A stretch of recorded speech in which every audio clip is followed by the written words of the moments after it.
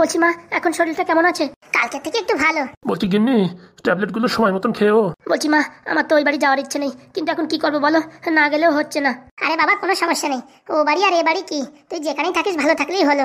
তবুও নিজের বাড়ি নিজের মতন হয়, শ্বশুর বাড়ি কি নিজের মতন হয়? হ্যাঁ, আমারও তো মন চাইছে না যে তুই যা, কিন্তু এখন কিছু করার নেই তো। আরে বাবা, কিচ্ছু হবে না, বৌমার খেয়াল রাখবি ভালো করে। ঠিক আছে মা, যা যা তাড়াতাড়ি যা, না তো রাত হয়ে যাবে আবার যেতে যেতে। ওরকম কেন করছো গিন্নি? ছেলেটা একটু সময় থাকুক না তো। হ্যাঁ, একটু সময় থাকুক, তারপর সন্ধ্যার দিকে ওই মেচো ভূত বেরোয়, সে মেচো ভূত যদি ধরে তখন। আরে মা, আমায় কোনো ভূত ভূত ধরবে না। ঠিক আছে, তাড়াতাড়ি যা বাবা, ওইদিকে বৌমা তোর অপেক্ষা করছে। আচ্ছা। দুগা দুগা।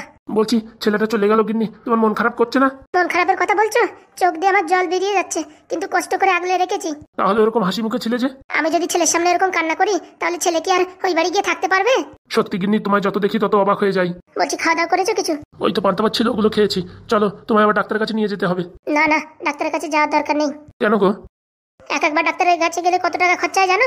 তুমি টাকা দেখবে না জীবন দেখবে? না না, এখন যাওয়ার দরকার নেই, পরের সপ্তাহে গেলে হবে। ওই করে করেই তো শরীরের এই অবস্থা হয়েছে, আগে থেকে ডাক্তার দেখালে এই অবস্থা হতো না। শোনো, যা হওয়ার তা তো হবে, কেউ ঠেকাতে পারবে না। তুমি রেডি হও তো, চলো, ডাক্তার তোমাকে আবার ডেকেছে। জানি ডাক্তার দেখে আমায় কি বলবে। কি আবার বলবে? আমি জানি আমার টিবি হয়েছে, সেই কথাই বলবে। কি কুলক্ষণের কথা বলছো তুমি? এটাই সত্যি। তোমার কিচ্ছু হবে না গিন্নি, ও টিবি হলেও 6 মাস ওষুধ খেলে ঠিক হয়ে যায়। ও নিয়ে আমি চিন্তা করি না, পৃথিবীতে আসতে হলে যেতেও হবে, তার জন্য ভয় পেয়ে লাভ আছে? তুমি চলো চলো, তাড়াতাড়ি ডাক্তারের কাছে চলো। কালকে যাবানি? আরে বাবা, আজকে যেতে বলেছে। এদিকে আমার ছেলে বাড়ি ছেড়ে চলে গেছে, আমার দুঃখে কষ্টে যন্ত্রণায় বেদনায় আমি থাকতে পারছি না, আর তুমি এখন ডাক্তারের কাছে যাওয়ার কথা বলছো? ছেলে যাওয়ার সময় টাকা দিয়ে গেছে, বলেছে মাকে ডাক্তারের কাছে নিয়ে যাও, ওষুধপত্র সব খাওয়াও। ঠিক আছে, কালকে যাবো খানে। তোমার গিন্নি একটা কথা বলি, তুমি শোনো না, বারবার আমার ধাতাতি হয়। এখনই যাবা বলছি তো এখনই চলো। তোমাকে এক কথা বললে তুমি বোঝো না, বারবার ওই একই কথা বলবা। দেখো গিন্নি, তোমার যদি কিছু হয় তখন আমার কে দেখবে বলো? কেন, তোমার ছেলে বৌমা আছে না? ওসব কথা ছাড়ো, আজকালকার মেয়ে ছেলেরা কি দেখে? আর আমাদের বৌমা একবার আসে আমাদের বাড়িতে, যেভাবে চলে গেল, আমার তো মনে হয় না ও সংসার করবে এই বাড়ি এসে। কি বলতে চাইছো তুমি? আরে কিচ্ছু না, যতদিন আমাদের ঘরটা ভালো হচ্ছে না ততদিন আসবে না, তাই বলছি। আমরা যেরকম আছি সেরকম, তা আবার কি? আরে কথা না বলে ঘপাত করে শাড়ি একটা প্যাঁচ মেরে চলো তো ডাক্তারের কাছে। তুমিও আছো মাইরি, যতক্ষণ যাবো না ততক্ষণ আমার মাথা চিবিয়ে খাবে। বউটার যদি কিছু হয়ে যায় তখন আমায় কে দেখবে? এ বউ তো আমায় দেখবে বলে মনে হয় না। ছেলেটা চলে যায়, বাড়িটা পুরো ফাঁকা হয়ে গেছে, এখন কি করবো কিছুই ভালো লাগছে না।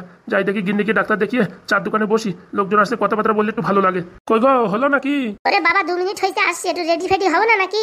আরে বাবা, সিনেমা দেখতে যাচ্ছি না, ডাক্তারের কাছে যাচ্ছি, যেরকম আছে সেরকম চলো। তুমি তো বলে খাল্লাস, মেয়ে ছেলে মানুষের কত সাজগোজ করতে হয় তা তুমি জানো?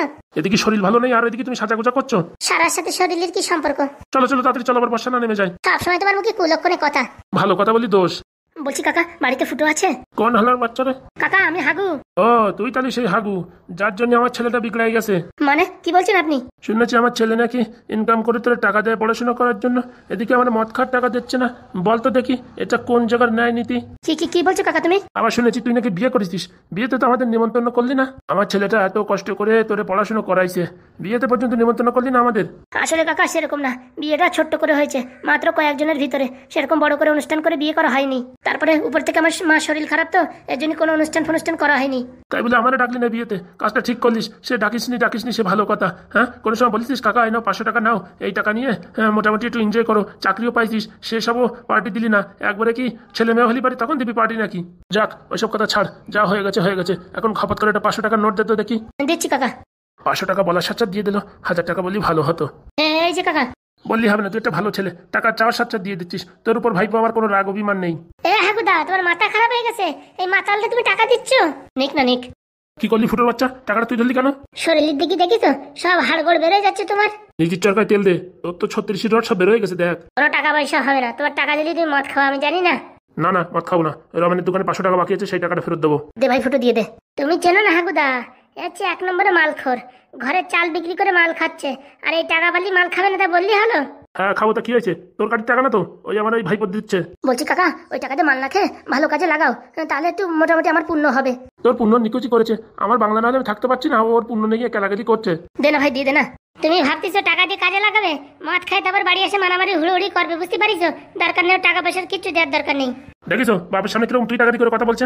টাকাটা কি করলি? তোর হাতে যে টাকা নেই। ও টাকা তো গায়েব হয়ে গেছে। আরামজাদা, তুই আমার টাকা নিছিস, তুই কোনোদিন সুখী থাকবি না, আজকে তোর অভিশাপ দিলাম। শগুনির অভিশাপে গরু মরে না। দেখে নিস তাহলে, তুই কোনোদিন সুখে শান্তিতে থাকতে পারবি না। আজকে আমার বাংলা খাতি দিলি না, আজকে আমি এই ভর মাটির উপর দাঁড়াই তোরে আমি অভিশাপ দিলাম।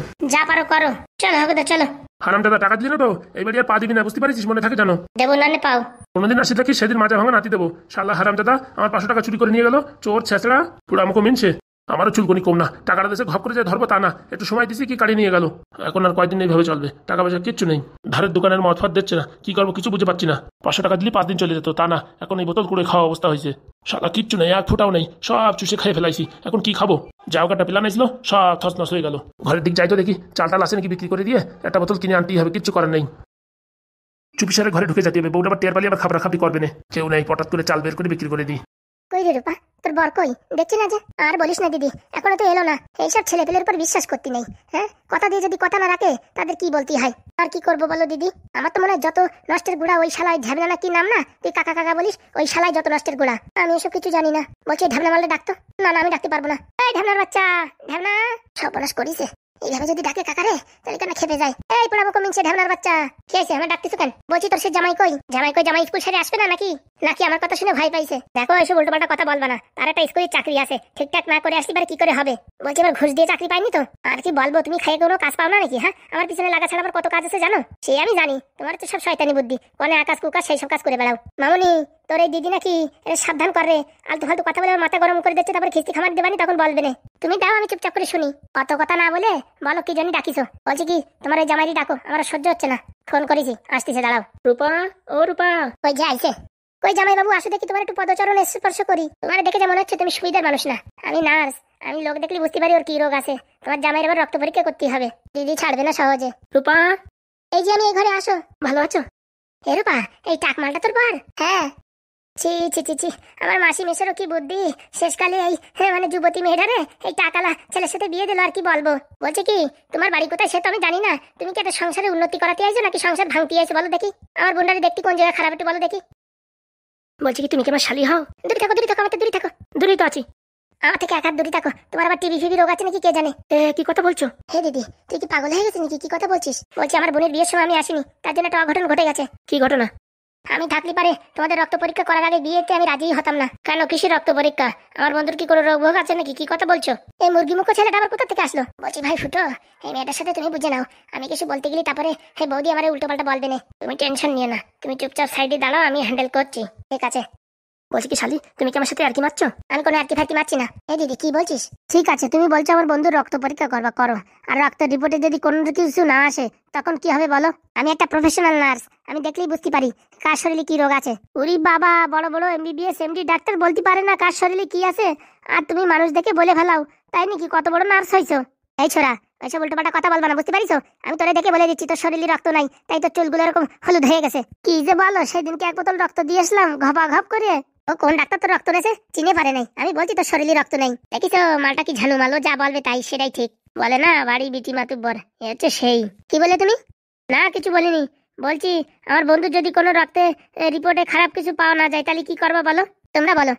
তারপরে তো এত ঘন কথা বলতে পারবা না, আর আমাদের উপরে কোনো দোষ টুটি দিতে পারবা না। ঠিক আছে আমি রাজি।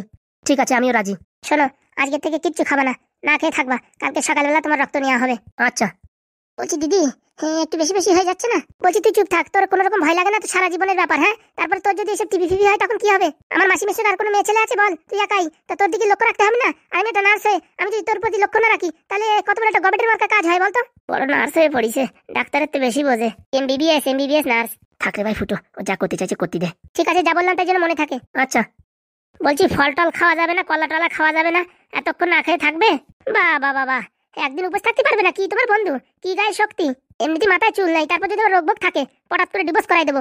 দিদি কি নাকি বলে যাচ্ছে, মাস্টার তো ভালোই আছে, খালি মাথায় চুল নাই সেটুকু একটু অসুবিধা। হয়েছে তোমার কথা? হ্যাঁ হয়েছে, যা বলেছি তাই, কিচ্ছু খাবা না। আচ্ছা, এখন এখান থেকে বিদায় হও, আমার বোনের সাথে কথা বলবো। ঠিক আছে। তুই সবসময় বর্ডর বর্ডর করিস কেন কথার মাঝখানে বলতো? শালা বলে কি পেঁচড়া খাও, সেই হচ্ছে কেস। মানে ছোট একটু ফুড়া হলে কি হবে, ব্যথা বিশাল। তো একটু কাটা মাই হলে কি হবে, এর পাওয়ার বিশাল। যে করেই হোক এদের জব্দ করতেই হবে। চল ভাই চল।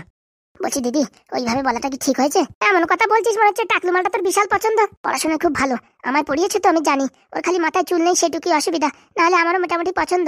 তোরা বাপ বেটি মা সব একই হয়েছিস। না না, আমার মাসি আমার পালিয়ে আছে, তোরা বাপ আর বেটি আর কাকা সব এক হয়েছিস, বুঝতে পারছিস আমি। যা। কেন দিদি? আমি যদি আসতাম না তোর বিয়ে, এ বিয়ে হতো না, কোনো মতেই হতো না। আগে বাড়ির লোকজনের সব চেক আপ করতাম, তারপরে বিয়ে। যা হয়েছে হয়েছে, কপালে যা আছে আছে। তুই তো দেখছিস এই টাকলা মালের প্রেমে পড়ে গেছিস। আর একটু একটু সব হয়ে গেছে, কেলো সব হয়ে গেছে। দিদি তুমি আমার জন্য একটা কাজ করতে পারবা? কি কাজ? আমার স্বামী হাগু যেন এই বাড়ি থাকে যায় সেরকম একটা কাজ করো না।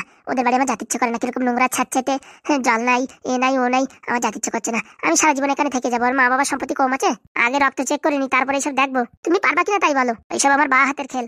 এমন কুমন্ত্র দেবো না, মা বাবার কাছে কোনোদিন যাবে না, এখানেই থেকে যাবে। সেটা যদি করে দিতে পারো না, সারা জীবন তোমার কৃতজ্ঞ থাকবো। এসব থাকাথুকি লাগবে না, সব আমি করে দেবো সেটিং, তুই টেনশন নিস না। আমি কারেন্টের তার লাগাই দেবো, তুই খালি সুইচটা টিপ দিবি, বুঝতে পারিস? আচ্ছা, তুমি যদি এটু করে দাও না তাতেই আমি সন্তুষ্ট। ও নিয়ে চাপ নিস না, কালকে রক্ত দিয়ে রিপোর্ট আসুক, তারপরে আমি করে দেবো, ঠিক আছে? ঠিক আছে।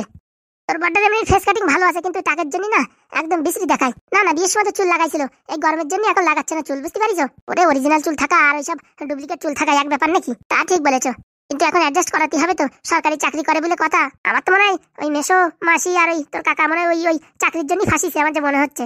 একদম দিদি, আমারও তো চাকরি করে বলে পছন্দ, নাইতো আমি ওই টাকলা মালটা কি পাত্তা দিতাম নাকি? তবুও তোর যা গ্ল্যামার, ওইসব টাকলা মালের একদম উচিত নয় বিয়ে করা। কি আর করবো বলো, আমি দেখছি, দাঁড়া কি করা যায়।